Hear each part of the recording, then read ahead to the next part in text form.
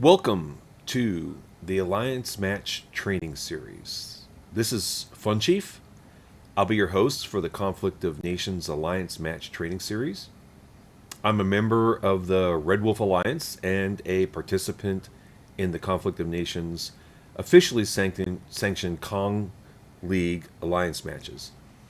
The objectives of this training series is ultimately to have more competition in the Kong League Alliance matches by helping alliances to be better prepared to play alliance matches. This video series intends to help anyone who plans to participate in alliance matches by outlining some of the basic differences between public matches and alliance matches and offering some suggestions on how to plan for and win alliance matches. I am not representing myself by any means as the best player. I certainly am not. There's plenty of way better players than I'll ever be. But I've played a lot of alliance matches, and I've won some and I've lost some. And every match, win or lose, I've learned something.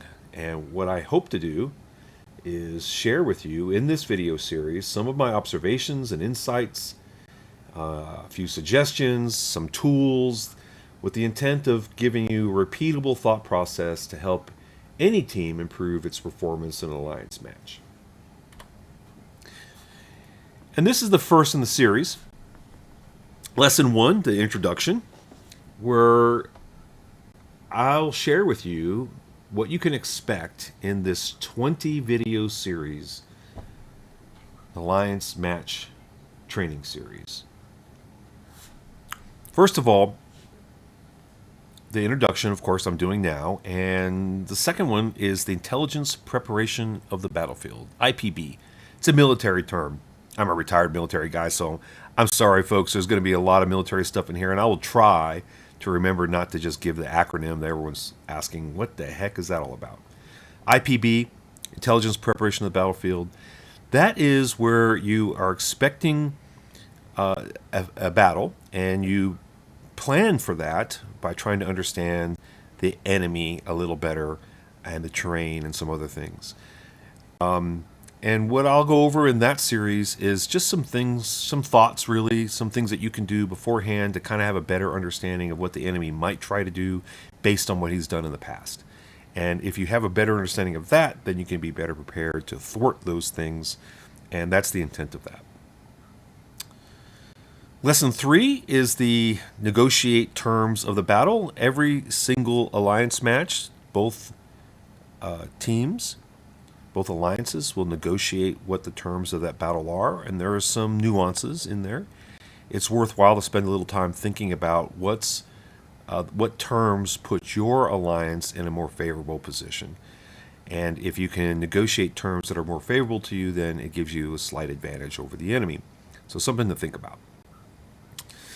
Number 4 is the typical alliance match. There's 3 alliance match maps that are out there, but the one that you usually see is the 7 versus 7 Mediterranean map, but you can negotiate to use other ones. I'm only going to talk about the Mediterranean map because I think that's the most common one. 7 versus 7 Mediterranean map. I'll just go over some of the nuances about that map. Number 5 is resource sharing, and resource sharing is only available inside alliance matches. And the reason for that is because in the public matches, it was apparently significantly abused, and it was turned off in the alliance matches. So in the public matches. So for many people who are going into an alliance match, they don't necessarily know that you can do this, and if they do know, they might not know how to do it. So I'm going to go over that a little bit in lesson number 5.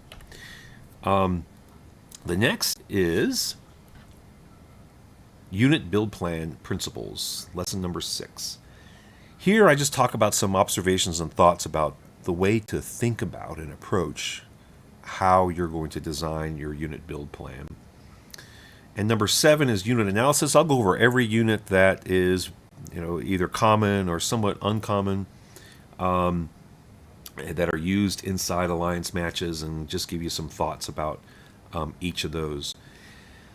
Number 8 is an example build, plan logic. So it's like thinking through, like, all right, I got to put together this build plan. Let me think through what I want to do. And I just walk you through that as an example.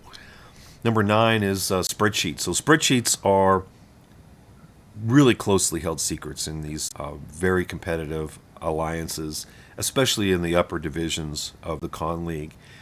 But we're going to do something a little different. I'm going to share with you what we do in Red Wolf for spreadsheets and use that as a primer to help you build your own. So the first one I'll go over, lesson number 9, is build plan spreadsheets for tracking and predicting your resource needs.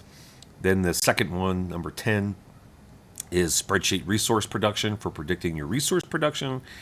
And then 11 will be bringing it all together into an understanding of what you can expect to be likely supportable. It doesn't really work if you have an unrealistic build plan that the resources can't support, and you won't know all that until you get to lesson 11, where you figure out, oh, I'm asking too much out of the resources I have available. And number 11 is terrain considerations for defense and how to leverage that, which is a really important thing in Con. Terrain has a lot of influence over the battle, like it would in real combat. Next is 13, terrain considerations in offense, and 14, most likely enemy course of action. So this is just thinking through, like, when you see what's going on the map during the period of truce, when everybody's building things, then what can you expect to see the enemy wind up doing based on the kinds of things that you can see on the battlefield. So it's thinking through all of that. What's the enemy most likely to do? And that is going to lead to the next thing, 15, friendly course of action analysis. So based on what you think the enemy is building and what they're going to do, you can kind of think through different courses of action that you could decide to do in order to defeat the enemy. And then what I advocate for is like something you talk to your entire team, share with them your thinking and the different courses of action, and kind of settle on something that everybody agrees with. 16 is the war plan graphic. So once you've got a course of action that you want to do, it's really helpful to have a single graphic that just sort of displays what you think the enemy is going to do and what you want everybody to do. And that way they can refer to it and understand what in effect, what your orders are.